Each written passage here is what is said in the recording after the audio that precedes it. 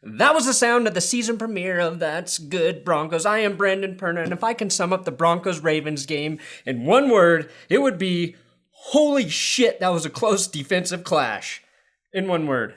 I'm tingling where it counts, thinking about the Broncos' defense. Speaking of things that now make me tingle, and I do hate to admit this, but with his new haircut, Joe Flacco looks a lot more handsome. Seemingly overnight, he went from a 5 to about a 7.5, which is good, Joe. I'm at a 8. Sorry about the loss.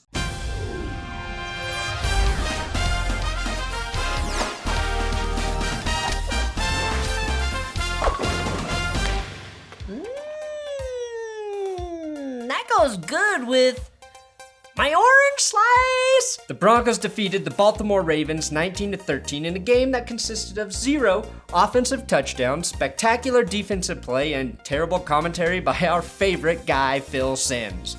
Before I get into the review of the game, I'm going to address what a lot of you are thinking, which is, oh, I think Manning's done. Father Time's finally caught up to him. He's throwing too many ducks. Put in Osweiler. I know that's what some of you are thinking, but I want to politely ask you to shut the fuck up. The credit goes to the defense on both teams. Let me put it this way. Nobody is screaming that Joe Flacco is done as a quarterback and then the Ravens offense is doomed. Flacco had a quarterback rating of 38.2 and Manning had one of 59.9. Neither offense could run the ball and neither quarterback consistently had time to throw the ball. Manning was sacked 4 times. The last time Manning was sacked 4 times, the Broncos lost to the Colts in 2013 in the regular season. Joe Flacco was sacked twice, and in addition to this brutal WWE-style sack that DeMarcus Ware forced Joe Flacco to take like a shitty salary at Walmart, Ware was able to hit Flacco 5 times during the game. Just asking you to trust me when I say this may be the toughest defense the Broncos face for the duration of the regular season. This was a trial by fire, and the Broncos offense got burned, but unlike in the past, the Broncos defense proved to be as good as advertised. During the opening drive of the game, the Broncos found success moving the ball thanks to Emmanuel Sanders, whose shirts are now available on my website, ThatsGoodSports.com. He started this third down massacre with a 5-yard conversion in between 3 Ravens defenders. Sanders again wielded his meat stick for a 4-yard third down conversion. After which, Sanders laid on the ground, nearly napping, and suddenly his body began a tapping, quoth, the Raven nevermore. After his seizure completed, Emmanuel Sanders converted a 3rd and 3. Open here, Sanders flung the shutter, with his feet flirted and fluttered, in stepped a Raven. Taken to the floor, Sanders yelled, quoth, the Raven, never, Raheem more. The drive stalled, and Brandon, I can now kick like a god, McManus, booted a 57-yard field goal down the gooch to give the Broncos a 3-0 lead. Brandon Marshall showed us what the game was going to be like for Joe Flacco, chalking up the first sack of the season and taking a slice of Flacco pie for himself, which he instantly ate up. Not sure why he'd eat that. It's a lot like shepherd's pie. If shepherd's pie was the shit from sheep baked in a flaky crust. The Broncos offense was again stopped by the Ravens, but 56 yards proved to be no match for Brandon McManus's golden leg. At this point, McManus had 113 yards of field goal action. I'm sorry for ever doubting you, Brandon McManus. I'm really proud of you. From one Brandon to the next, Marshall was playing top-notch ball with plays like this tackle on Justin Forsett for a loss, and Danny Trevathan made sure we remembered him with his nasty hit here.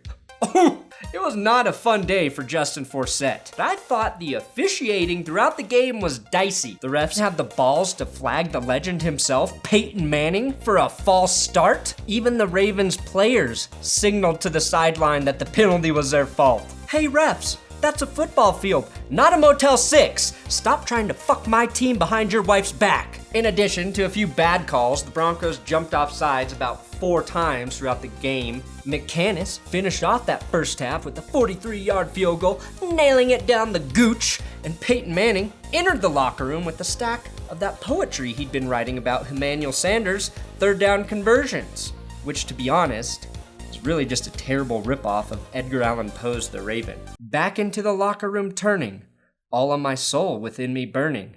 leading an offense to score. But in week 1, we shall find the end zone, nevermore. Didn't know he was into poetry.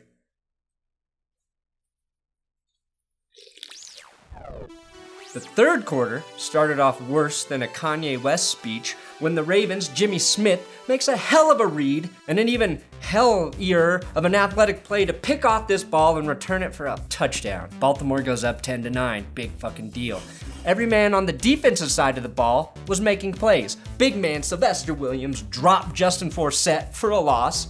And David Bruton showed that he is probably a better pass covering safety than TJ Ward, who he was filling in for, with perfectly defended third down passes like this one.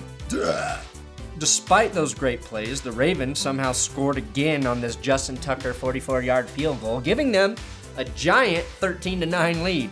The third quarter was brutal for the Broncos, and I was honestly starting to believe they might just maybe possibly lose. My savior came in the form of a man who no longer needs to ice up, son, ice up. When Aqib Talib picks off a pass intended for Steve Smith and returns it 50 yards for a touchdown. He changed the game with that play and brought life back into a team that was sluggish and disoriented, like they just had a drink with Bill Cosby.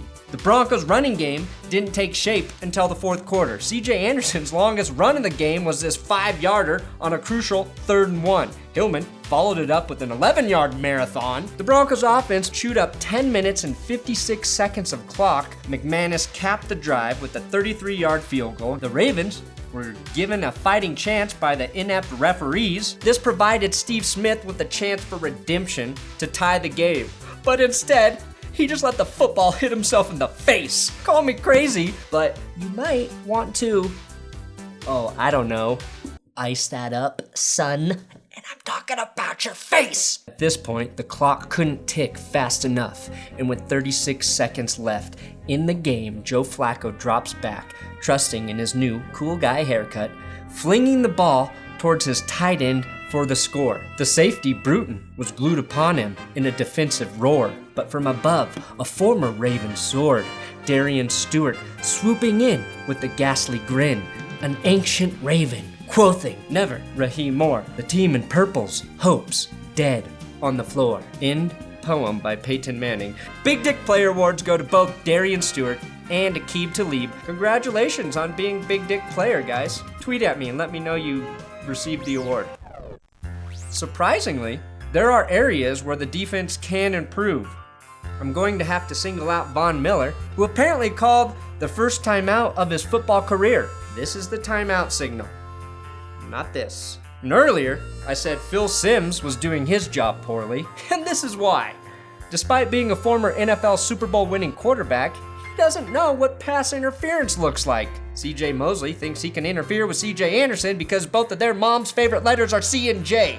Not only does he go over the back of Anderson, he pulls his fucking head around. How did that not affect his ability to make the catch? So that's a good no call. You don't think he had his arm around his neck? Phil Simms also believed the OJ verdict was a good no call. Compare that play to David Bruton's pass interference that was called in the final minutes of the game. I'm not sure how a referee calls this pass interference with much less contact and better defensive timing. But Simms, it's a good call, it looked like it live. Phil Simms also thinks the Browns have done a great job drafting quarterbacks. It was also a rough day for the Ravens head coach, Jim Harbaugh, but he took advantage of being in Denver to help him forget about the loss. Do you have the good pot? Yeah, let's get high. Where are you hiding the good pot? I've always wanted to get high out of Mile High, and afterwards we'll get some green chili and I'll watch you in the tub. Demaryius Thomas makes so much money from his new contract that he actually pays to have a guy tie his shoes for him on the sideline. That's the kind of rich I want to be, where you have the type of money to pay somebody else to do everything for you. Thanks for watching another episode of That's Good Broncos. Make sure you subscribe here to my YouTube channel and check out all of the That's Good Broncos shirts I have at ThatsGoodSports.com. Also, if you play FanDuel or want to start playing FanDuel, use my link in the description to sign up. And this song playing right now can be heard on the Mad Fanatics YouTube channel. Go check it out. He writes songs that are only about the Denver Broncos. Nope, you got me, Bud Light. You tricked me into only buying your beer. As long as I see this Broncos logo there, I'm gonna buy it. 'Cause I'm a puppet. I am a puppet to you now. You sick marketing sons of bitches. If you want me to keep drinking your beer on this show, feel free to send me some cash.